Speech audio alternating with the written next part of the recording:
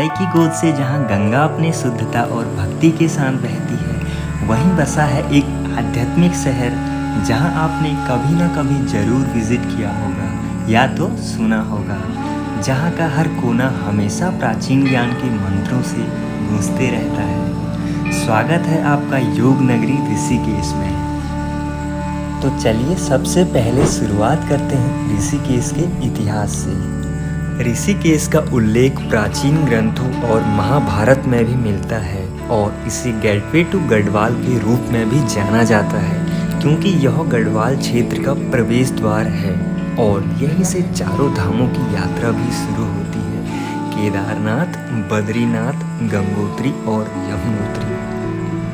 गढ़वाल की तरफ जाने वाले सभी प्रमुख मार्ग, चाहे वो तीर्थ यात्रा के लिए हो या पहाड़ों में घूमने के लिए, यहीं से होकर गुजरते हैं।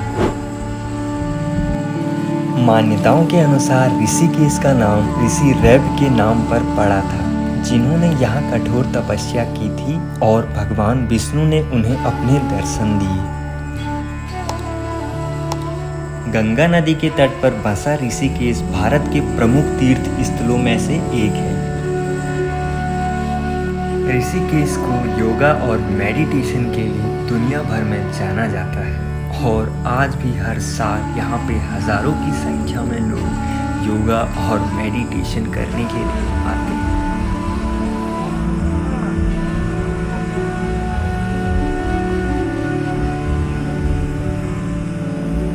और अभी वक्त हो गया था त्रिवेणी घाट पर मां गंगा आरती का। मानसून का आखिरी महीना है और गंगा अपने पूरे वेग में बह रही है। गंगा का ये तेज बहाव मानो उसकी शक्ति और ऊर्जा का प्रतीक हो।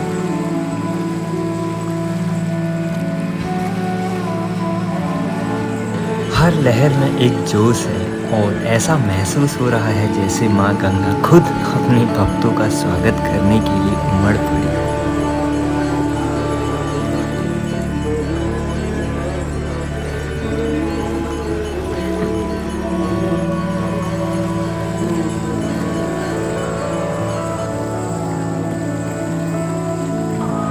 जहाँ एक तरफ गंगा माँ की आरती शुरू हो रही थी, वहीं दूसरी तरफ गणेश जी की कई मूर्तियों का विसर्जन एक साथ हो रहा था।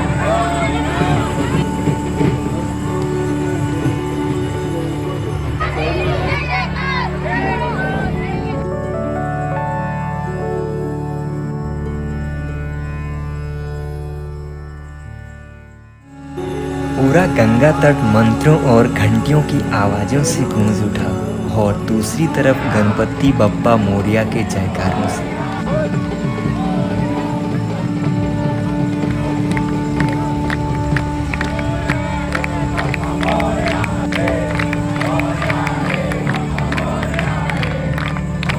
और ये एक ऐसा नज़ारा था जिसे देखना और महसूस करना अपने आप में एक अलग अनुभव था।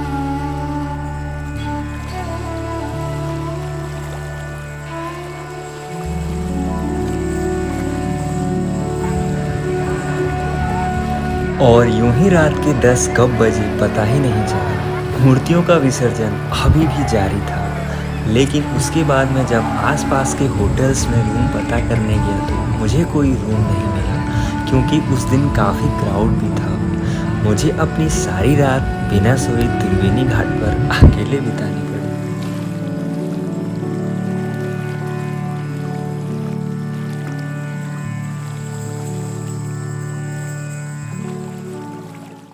और सुबह होते ही मैं निकल पड़ा राम झूला की ओर।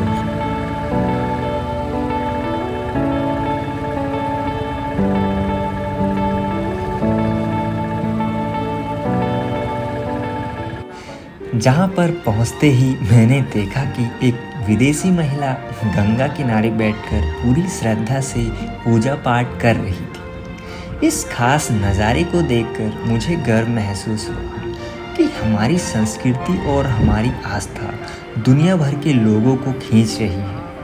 वो पल एक ऐसा पल था जो बताता है कि आस्था की कोई सीमा नहीं होती।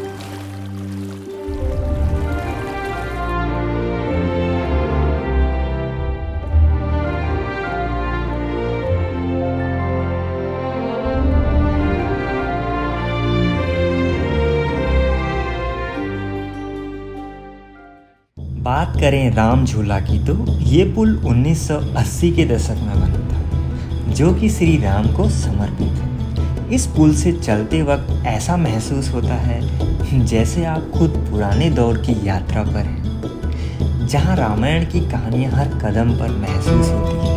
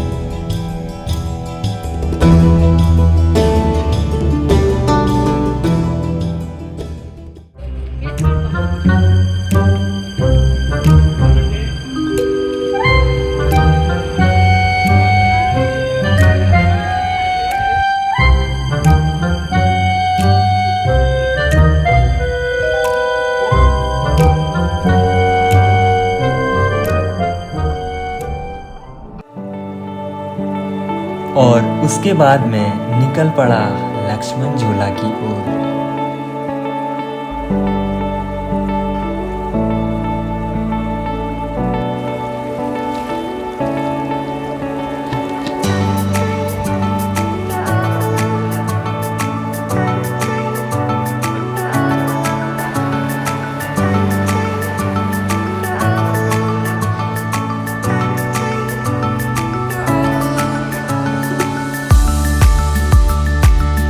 और जब मैं लक्ष्मण झूला पर पहुंचा तो मुझे पता चला कि अभी पुल का रेनोवेशन हो रहा है। और फिर मैं निकल पड़ा परमार्थ निकेतन आश्रम की ओर, जो कि ऋषिकेश का सबसे बड़ा आश्रम है।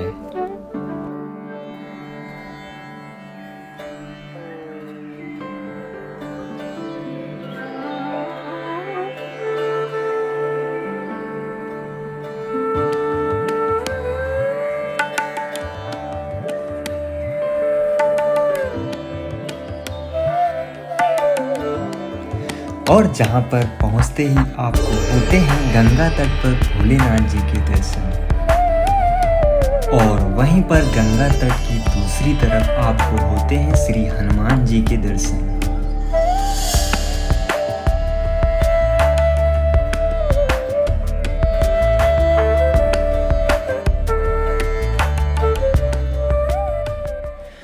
और बात करें आश्रम की, जो कि स्पेशली योगा और मेडिटेशन के लिए बनाया गया है।